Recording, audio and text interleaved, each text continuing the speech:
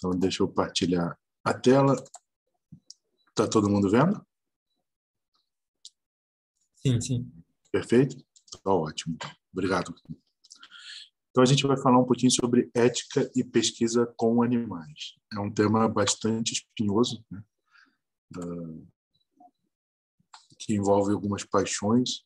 Mas eu acho que se não for um tema que envolve paixões e espinhoso, não é um tema bioético, não é um tema humano, na verdade, né?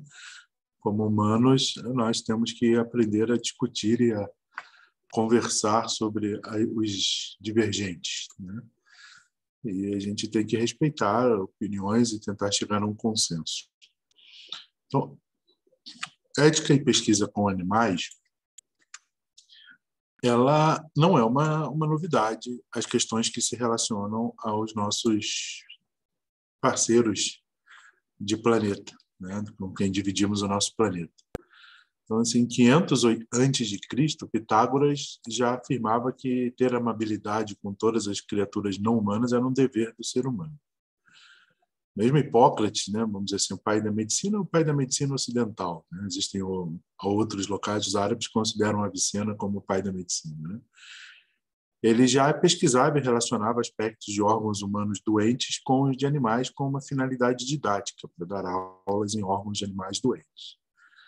Então, isso ainda em 500 antes de Cristo, né, Alquimaon, Herófilos e outros já faziam vivissecções com o objetivo de observar estruturas e formulavam hipóteses já sobre o funcionamento de órgãos internos dos próprios animais, sob análise também dos seres humanos, né? Nos seres humanos, claro, não faziam vivissecção, pelo menos não que tenham deixado registrado.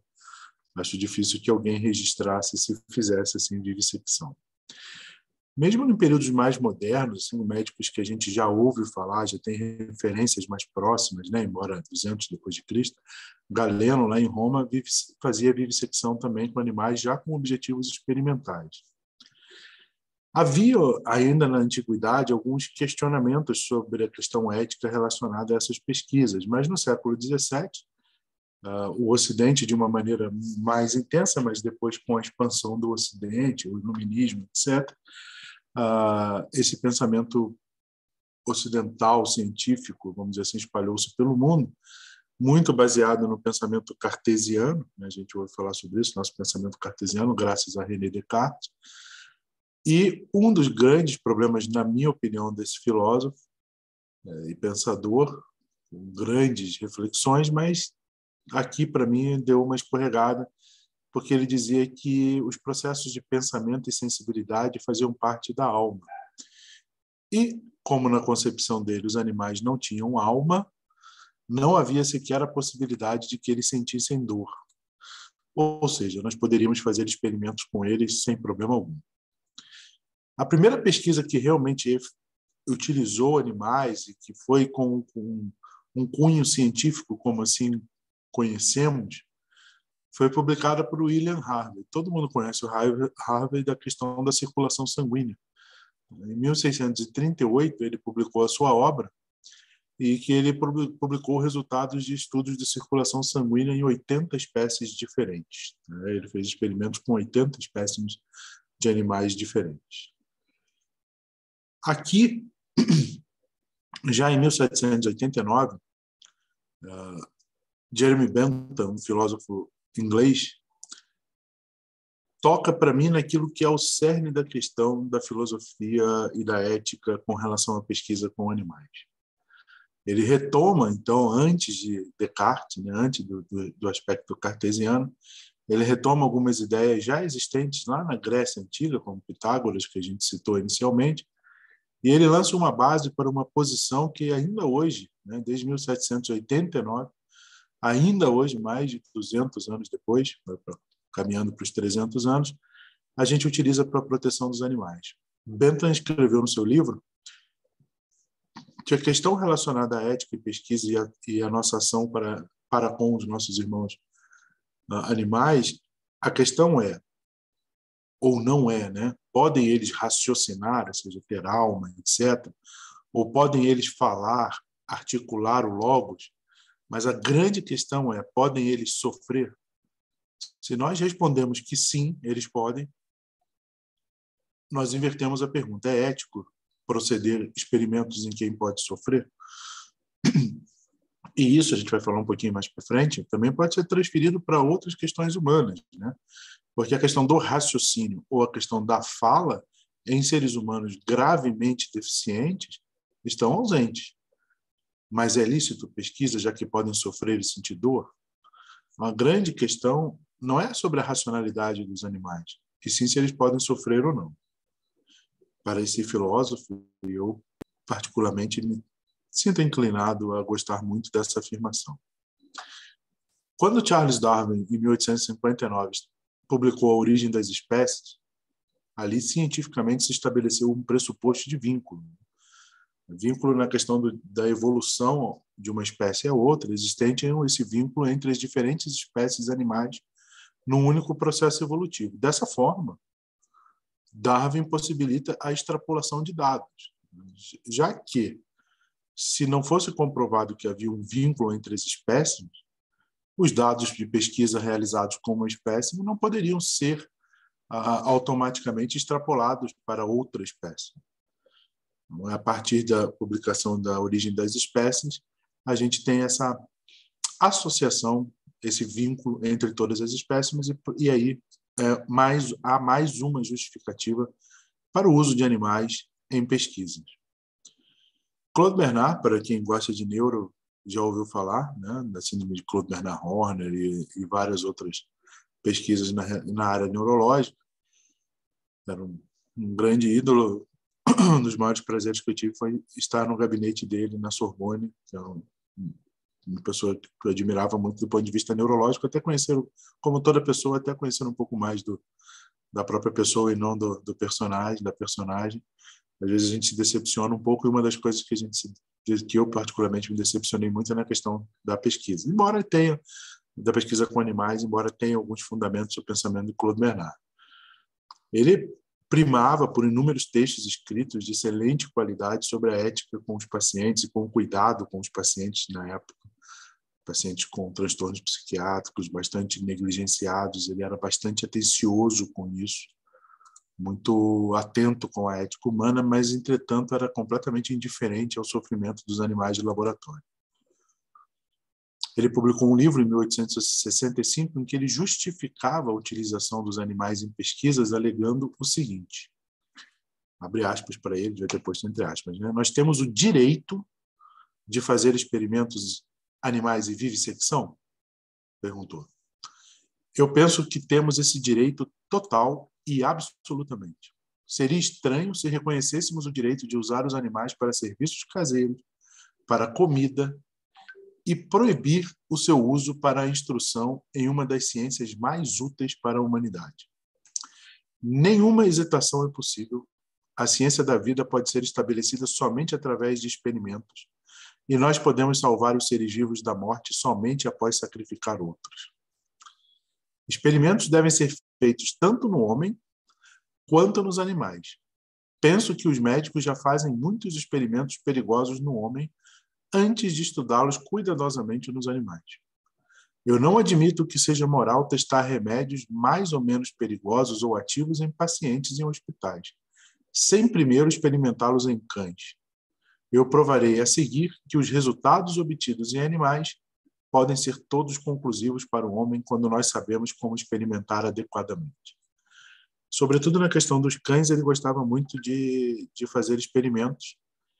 E há uma história que é verídica, quem lê a biografia dele verá que, enquanto dava aula, certa vez, no seu próprio gabinete, na sua casa, Claude Bernard ficou sem animais para experimentação com a turma, que ele estava dando aula, e pegou o cachorro da própria filha para dissecar, para fazer uma vivissecção no cachorro da própria filha. Né? Uma pessoa bem bacana com o cachorrinho da filha dele.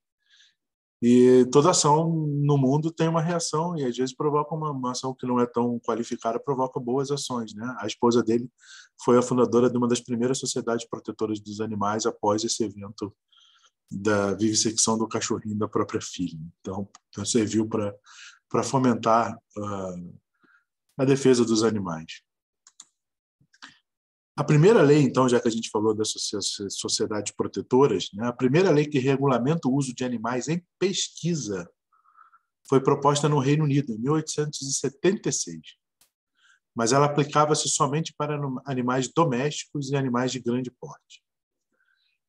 Essa primeira lei para regulamentar o uso de pesquisa em animais, mas a primeira lei para proteger os animais talvez tenha sido, que se tenha conhecimento no Ocidente, da colônia de Massachusetts. Já em 1641, essa lei propunha que ninguém pode exercer tirania ou crueldade para com qualquer criatura animal que habitualmente é utilizada para auxiliar nas tarefas do homem. Então, não é uma discussão tão recente, porém, ela se torna cruelmente evidente quando nós sabemos que durante a Segunda Guerra Mundial, quando Adolf Hitler assumiu o poder, um pouco antes da Segunda Guerra, especificamente quando ele assumiu o poder na década de 30, ele publicou um decreto na Alemanha tornando a experimentação animal ilegal. Era ilegal fazer experimentação em animal. Embora saibamos que, né, não preciso entrar em detalhes sobre as questões de pesquisas com judeus e outras etnias. Essa frase realmente é uma frase de Hitler, que diz: quanto mais eu conheço os seres humanos, mais gosto do meu cachorro. A gente repete isso à torta e à direita e às vezes não sabe quem falou e em que circunstâncias isso foi dito. Então, é fácil às vezes a gente julgar o ser humano e não entende que às vezes todo ser humano talvez tenha um fundo bom, embora eu não, já fui mais otimista com relação a isso. A primeira publicação norte-americana sobre os aspectos éticos na utilização de animais de experimentação foi da Associação Médica Americana. E é claro que quando a Associação Médica Americana publica alguma coisa, o mundo inteiro, né, eles espirram, o mundo inteiro fica resfriado. Então, todo mundo fica atento ao que está acontecendo.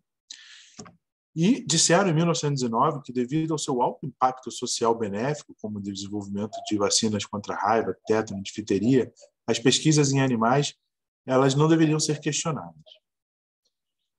Porém, em 1959, um zoologista chamado William Russell e um microbiologista, eles publicam um livro em que eles estabelecem uma das coisas mais importantes para pesquisas com animais, que são os 3 R's: o replace, reduce e refine.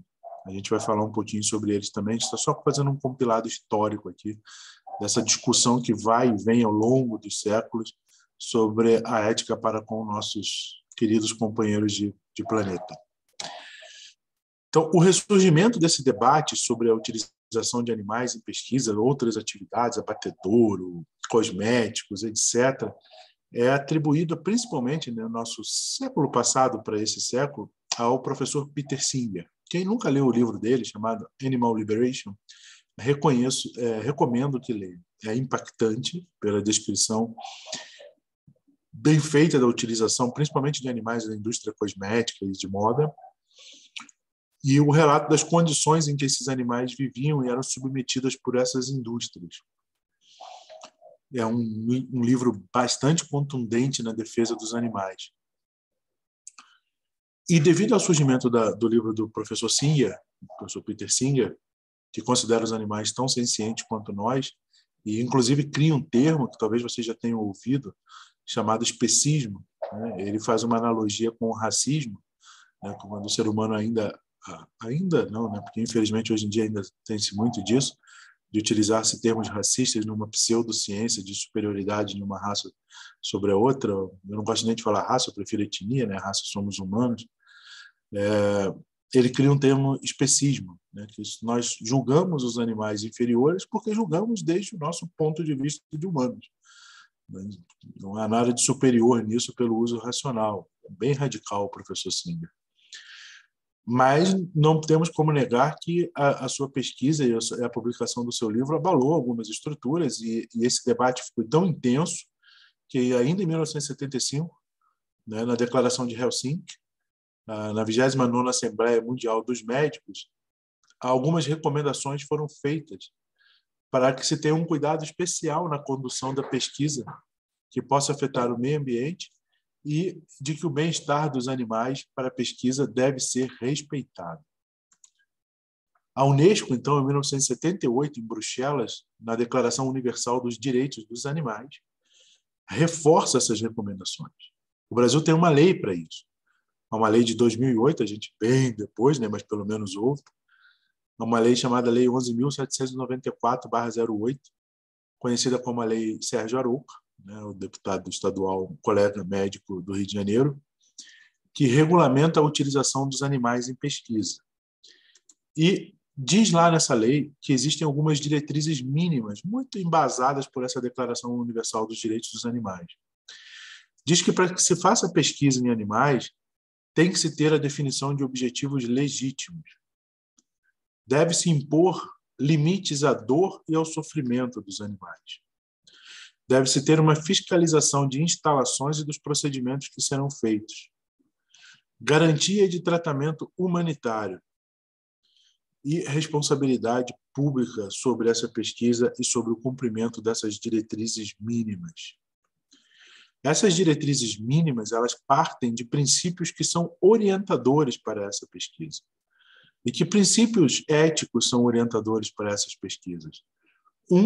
Que os seres humanos são mais importantes que os animais, mas os animais também têm importância, diferenciada de acordo com a espécie considerada. Que nem tudo que é tecnicamente possível de ser realizado deve ser permitido. E que nem todo o conhecimento gerado em pesquisa com animais é plenamente transponível ao ser humano. Aqui, já numa evolução posterior ao pensamento de Darwin, a gente já reconheceu que algumas vezes se testa em animais, isso não garante que a transposição dos dados será eficaz para os seres humanos. E que o conflito entre o bem dos seres humanos e o bem dos animais deve ser evitado sempre que possível. Esses são os princípios orientadores das diretrizes mínimas, tanto da Declaração da ONU quanto da Lei Arouca. Então, esses princípios gerais de pesquisas com os animais, os seres humanos são mais importantes, mas os animais também teriam importância. A importância, ela deve ser diferenciada entre os animais, porque, segundo alguns bioeticistas, não podemos colocar no mesmo nível um chimpanzé e uma rã, por exemplo. Essa diferenciação, então, ela levaria em consideração a questão de desenvolvimento de estratégias e habilidades para lidar com problemas, linguagem, estrutura social, rituais, entre outros aspectos. Não podemos avaliar a importância das espécies animais, como eu disse, baseado apenas na racionalidade humana como critério de juízo. Esse é o problema. Já que entre nós, mesmo aqueles desprovidos de razão, têm direitos. Então, será que os animais também não teriam o mesmo direito dos humanos que são desprovidos de razão? Esse questionamento final, esse último parágrafo, é novamente do professor Singer voltando à carga depois das evoluções que surgiram após o seu livro. E são reflexões muito intensas, até na questão de como julgamos isso, né? Como julgamos, diferenciamos pela questão de formação de estrutura de linguagem, etc. Há uma crítica bioética muito pesada à mesma proclamação dos direitos humanos, que lá na proclamação dos direitos humanos, para vocês entenderem isso, está escrito assim: todo ser humano nasce igual, né, com os mesmos direitos. E aí vem sempre um filósofo para botar uma pulga atrás da orelha e pergunta assim: ok, nós nascemos iguais. Quando eu digo que nós nascemos iguais, é uma questão de comparação. Estou comparando um com o outro. Somos iguais. Qual é o parâmetro de igualdade para nascimento que nós utilizamos? É o parâmetro de nascer igual ao europeu ocidental ou igual ao Zulu da África do Sul? Igual ao europeu ocidental ou igual ao Yanomami da Amazônia? Quando se diz esse padrão de igualdade, se pressupõe que por detrás existe algo que nós comparamos. Nada, nenhuma ação humana é neutra. Quando se diz que alguém é igual a alguma coisa, estou fazendo uma comparação baseada num preconceito, num conjunto de pensamentos que é a ideologia que me move por detrás desse pensamento. Então, qual é esse nível de igualdade? E é justo, por exemplo, que eu faça essa comparação, assim como é justo que eu classifique e julgue os animais de acordo com aquilo que é inerente ao homem. Se pudesse, Voltaire dizia, né, se o cavalo pudesse escolher criar uma divindade, ela seria parecida com ele, óbvio, não com o ser humano. Então, Singer diz isso, assim: se o leão fosse capaz de julgar quem é mais apto, será que ele não julgaria pelo tamanho da garra? O ser humano julga pela razão porque o ser humano usa a razão, o leão usa a garra. Então, esse critério é justo? São só perguntas, tá, gente? Eu não vou dar resposta nenhuma para vocês. não perguntas que a gente se faz quando trabalha com bioética e experimentação animal. O que a gente não pode negar, ainda mais sendo médico, é que a experimentação científica em animais realmente é importante, né? Algumas experiências, no entanto, são bastante inadequadas do ponto de vista ético e metodológico. Essa posição de que as pesquisas possam ser inadequadas está de acordo com uma nova postura científica. Pensadores ainda vivos ou recém-mortos, como Levinas é recém-morto, morreu em 96, e Morin, Edgar Morin, um francês, ainda vivo e atuante, quem quiser inclusive segui-lo no Twitter, é bem interessante. É uma pena não, né? Ainda bem que escreve sempre em francês, não custa nada dar o Google Tradutor está ali para isso, né? Mas é bastante interessante segui-lo, né? É ativo no Twitter. Diz que, dentre outros, não há lugar para qualquer ação humana sem consciência e responsabilidade, devido à complexidade do mundo que nos rodeia. A gente não consegue entender toda essa complexidade, então a gente tem sempre que partir, como diz um outro bioeticista chamado Hans Jonas, da heurística do medo. Eu sempre penso que pode dar problema. Né? Parece bem pessimista, mas é uma forma da gente se defender. Né? Outra questão que a gente já sabe hoje em dia, que complementa essa questão desse debate sobre ética e pesquisa com animais, é que a gente já sabe que a generalização dos conhecimentos também não pode ser utilizada como justificativa. Nem todo conhecimento gerado em modelos animais são plenamente transponíveis ao ser humano. E que a gente sabe que o conflito entre o bem dos seres humanos e o bem dos animais deve ser evitado, ou seja, a gente tem que buscar estabelecer estratégias para minimizar esse confronto. Porém, não adianta negar que esse confronto existe, a gente tem que tentar minimizá-lo. E às vezes eu tenho a sensação que a gente fica dando voltas, né? Recriando a roda. Então, nós temos que ter estratégias. Isso já ali no final da década de 80, de 90. Quais são essas estratégias? Voltamos lá em 1950 com alguns pressupostos para minimizar esse impacto da pesquisa com o animal. Então, primeiro, o pesquisador ele deve caracterizar que esse é o único meio de estudar a situação proposta. Não tem outro método alternativo, como programas de computação, etc., revisão. A única forma é pesquisando com animais. E essa caracterização da necessidade deve demonstrar que a pesquisa é indispensável, imperativa ou requerida. A pesquisa é considerada indispensável quando é essencial para que alguma coisa seja feita. Por exemplo, contribuir para o conhecimento básico ou em atividades de ensino ou formação profissional. Ela também é considerada imperativa quando está associada a uma prioridade maior, como aquelas que a gente realiza para minorar o sofrimento de paciente com HIV, câncer e outras doenças graves, por exemplo. E ela é requerida quando é demandada por uma decisão legal. Nesse caso, testes de novas drogas, de toxicidade de substâncias, há uma recomendação legal que você teste antes em animais. Mas como reduzir esse impacto? Nós voltamos lá em Russell e Bush, em 1959, que já publicavam sua obra, seu trabalho, seu artigo, falando sobre os 3 R's, o Replace, Reduce e Refine. E o que seria isso na ética em pesquisa com animal? O Replace, substituição.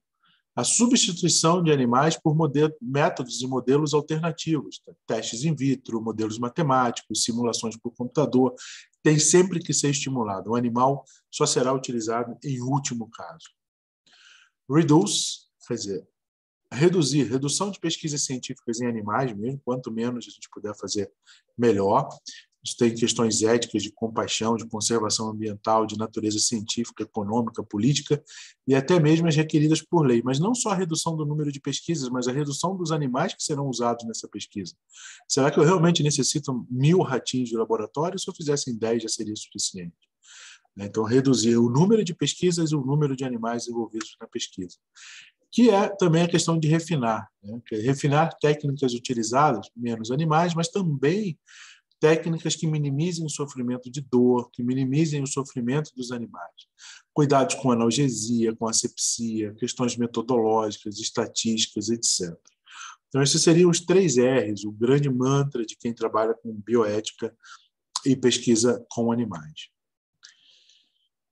Quando a gente vai avaliar essa pesquisa em animais, a gente precisa sempre ter, e eu estou dizendo a gente, porque eu trabalho em comitê de ética em pesquisa, então às vezes vem a questão da avaliação ética sobre a pesquisa com animais. E algumas diretrizes são dadas pelo CEP, pelo CONEP, que dizem que a gente tem que ter, a pesquisa com animal tem que ter geração de conhecimento inerente ao ato de pesquisar, é a sua justificativa básica e a sua finalidade. Mas ela tem que ser execuível, ou seja, avaliação dos aspectos metodológicos e éticos que não podem ser dissociados. Esse método que está sendo proposto, porque vem antes de você deveria, né, vir ao comitê de ética antes que você começasse a pesquisa. Esse método que ali está proposto, o bioeticista do comitê de ética em pesquisa tem que avaliar. Isso aqui é passível de ser realizado ou vou liberar para fazer uma pesquisa que não vai trazer nenhuma contribuição e não pode ser realizada. E a relevância, né? O valor agregado, não apenas do método ou conhecimento. Eu vou dissecar o estômago do porco. Então, mas isso já foi feito inúmeras vezes, está detalhado, está descrito. Qual é o objetivo, qual é a relevância disso para a gente? Só para exercício de técnica? Então, isso tem sempre que estar muito claro quando você vai avaliar a pesquisa em animais. Joaquim Clotet, que é um bioeticista francês, mas radicado no Brasil, em 1997 ele fez uma afirmação que, para mim, sumariza e direciona a avaliação da relevância. A pesquisa com animais não deve ser banida, apenas deve ser orientada para o bem geral da humanidade. Isso realmente é importante para o bem da humanidade ou é uma questão de que eu estou fazendo apenas para desenvolver a minha técnica cirúrgica para mim? Porque já tem técnicas cirúrgicas que pessoas que já são capazes de fazer isso, eu não preciso ficar matando outros animais, posso ter outras formas de treinar. Então, a pesquisa em animais ela pode ter basicamente duas finalidades. A pesquisa vista como meio e como fim. Como meio é a que visa utilizar modelos animais para gerar conhecimentos para os seres humanos. Mas a gente não pode esquecer que também pode ser como fim, que é estudar o próprio animal para o seu próprio benefício. Veterinários fazem isso. Então, a gente tem que tomar muito cuidado quando a gente fala de ética em pesquisa com animais, né? Qual é o tipo de pesquisa que a gente está fazendo? Como meio para outra espécie ou para a própria espécie? Eu estou pesquisando, está com uma doença, uma mutação genética, alguma coisa que eu possa ajudar essa espécie a melhorar ou aprimorar a sua capacidade de resistência, por exemplo. E ainda temos um outro problema quando se fala em ética em pesquisa com animais. Eu falo assim, meu Deus, você só traz problemas, filho. Os problemas é o que a gente vive no dia a dia.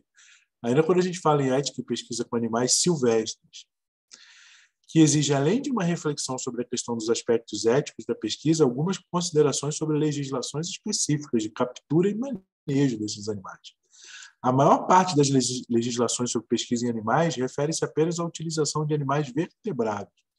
Ainda tem isso, né? Os invertebrados ficam numa situação de desamparo legal por essa questão de que nós classificamos como inferiores aos vertebrados.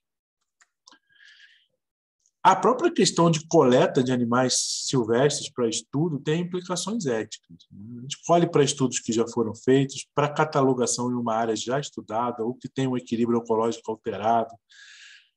Não se esgota apenas na coleta, também se estende à maneira como eles são manipulados ou mantidos em cativeiro, conservação de coleções privadas, coleções públicas, né? Como são mantidos em cativeiro esses animais com alto sofrimento, restrição do seu habitat natural. Então, são questões realmente muito intensas. A pesquisa com animais silvestres tem várias outras ações. A própria presença dos pesquisadores no ambiente tem modificação de hábitos, de comportamentos, destruição do habitat. Então, existem muitas questões, e eu prefiro sempre seguir, se pudesse, né, a heurística do Meiro de Jonas. Né? Será que podemos fazer? Podemos, mas devemos? Quais são as complicações disso? Eu não sei, então é bom a gente evitar. Né? Para vocês terem uma ideia, ainda para quem gosta de filosofia, para a gente acabar esse nosso apanhado sobre a questão ética em pesquisa com animais, essa discussão ela é acalorada mesmo entre filósofos muito conhecidos. Montaigne, por exemplo, ele tem um livro, né, Apologia de Raymond Sebon, em que vê os seres humanos iguais em essência aos animais. Ele estabelece uma nova concepção teórica do homem, que este é parte de uma corrente contínua, desde as mais baixas criaturas até o ser supremo. Ele não acreditava, Montaigne, na supremacia do homem e criticava a pretensão deste de querer julgar os animais. Em vez de indicar diferenças, ele indicava as semelhanças que existiam entre as espécimes. E esse livro é muito interessante. Quem puder ler, existe tradução, acho que em espanhol apenas. Porém, o seu, não diria inimigo, né? Diria aquele que se opõe a ele, que é René Descartes, que diz que, ao contrário, ele acredita que os processos de pensamento e sensibilidade fazem parte da alma. Na concepção de Descartes, somente os homens possuíam alma. Logo, os animais já são desprovidos de sensibilidade ou pensamento, são os autômatos. As ideias de Descartes influenciaram os iluministas do século XVII e XVIII a realizarem seus experimentos, bem como o desenvolvimento de toda a ciência contemporânea. Mas existem outros filósofos que entraram nessa briga, né? Hume, ele se opõe à ideia de que os animais são autômatos e não possuem razão. O filósofo escocês argumenta que parece evidente que tanto os animais como os homens aprendem muitas coisas com a experiência. Ele é um pragmatista inglês, né, que a questão dos ingleses da tábula rasa, de que a gente aprende com a experiência, ele acha que os animais são capazes de aprender e inferem que os mesmos eventos resultarão sempre das mesmas causas, sabe? Se eles seguem o mesmo caminho e tiveram dor, vão seguir para o caminho oposto, porque sabem que naquele caminho terão problemas. Sendo assim, homens e animais são capazes de acumular conhecimento, o que torna estes, os animais, espécies sensíveis e cuja utilização em pesquisa requer cuidados éticos. Não estava proscrita, mas que deveria se ter cuidado. Aí vem Bentham, né, que a gente já conversou sobre ele, e diz, né, como eu disse antes, que o problema não consiste em saber se os animais podem raciocinar, tampouco interessa se falam ou não. O verdadeiro problema é este: podem eles sofrer? E é a partir desse filósofo que os movimentos de defesa dos animais se tornam mais intensos. Darwin, novamente voltando, né, recapitulando todos os filósofos que passaram por essa briga, vamos dizer assim, por essa discussão, disse que essa proximidade das espécimes poderia justificar a pesquisa com animais, porque as características próximas favorecia a transposição de dados. E para a gente acabar, né, eu não vou entrar nem no Peter Singer, porque aí a gente ia ficar aqui a noite inteira, porque o professor Singer é bem radical, é australiano. Eu recomendo que vocês leiam o livro dele. Se você pode não concordar, mas que te dá uma sacudida, dá. Né? O livro do Peter Singer é o Animal Liberation. Acho que já tem tradução para o português. Temos consciência de que as pesquisas para a gente cuidar com animais são realizadas há milhares de anos. Isso é inegável. Né? Não dá para a gente negar todos os benefícios que trouxeram para a gente. Entretanto, o uso dos animais em atividades científicas deve ser substituído sempre que possível. Essa é a recomendação ética mais contemporânea. Sempre que for possível, os animais têm que ser substituídos por outras alternativas. E aí eu termino com um poema, porque, como diz Mário Quintana, do qual sou fã, quem não compreende um olhar, tampouco compreenderá uma longa explicação, como a gente fez agora. E lembre-se que os animais podem olhar. Né? Então, precisamos compreender o olhar deles e o que a gente está fazendo quando os utilizamos sem critérios éticos em nossas pesquisas. Bom, acho que deu tempo de dar esse apanhado em meia hora, que eu sempre digo que mais que meia hora, 40 minutos, todo mundo começa a ficar cansado e aí a discussão não flui. Deu sim, agora que eu olhei o horário aqui. Então, espero que tenha sido do interesse de todos vocês. Infelizmente, semana que vem é o nosso último encontro. Eu fico muito triste de verdade, porque eu gosto muito de falar sobre isso. É um assunto que me traz muita alegria de poder estar conversando com vocês. Sempre deixo um pedacinho aqui no final, se alguém quiser comentar alguma coisa, se alguém quiser falar alguma coisa, por favor, não se sintam acanhados. Silêncio. Obrigado, Michel. Também acho que são temas pertinentes, né? A gente não... Já disse para vocês aqui, eu acho que, como diz Abel Salazar, um grande médico da Universidade do Porto, um dos grandes problemas dos médicos é que a gente estuda muito, mas só estuda medicina. Né? E ele dizia sempre assim, aquele que só estuda medicina ou que só sabe medicina, nem medicina sabe. Né? A gente trabalha com seres humanos e muitas outras coisas, e a gente precisa estar atento a essa humanidade, essa capacidade de ouvir e de ter empatia com outros seres, com quem vai morrer, com quem perdeu alguém. Essa empatia faz parte da formação dos profissionais da área da saúde, né, na minha opinião. Imagina, gente, eu que agradeço a oportunidade de estar aqui com vocês. Tá? Eu gosto muito de estar aqui, realmente. Se todo mundo está tranquilo, como eu sempre digo, está na hora do nosso jantar. Né? A fome bate mais forte. E aí, semana que vem, eu mando de novo para a Ellen para dar o link para a gente. E encontro vocês na semana que vem para a gente encerrar. Tá bom? Só um minuto, professor. Claro, claro. Só para falar aqui, pessoal, a Ellen vai disponibilizar o form ali depois, né? Daqui a pouco, que ela tá em aula agora. Tadinho. Isso não é hora para ter aula, só quando é um assunto legal. Eu Uhum. sempre acho que a aula de bioética ela deveria ser num café, ou numa mesa de um bar. Assim, eu acho que seria mais proveitoso a gente conversar sobre isso. É sempre muito bom. Eu que agradeço a oportunidade, então. Tá bom, gente? Depois vocês preenchem direitinho para ganhar a presença. Então, até semana que vem com o nosso último tema. Tá? Um abraço para vocês. Boa noite, gente. Até mais.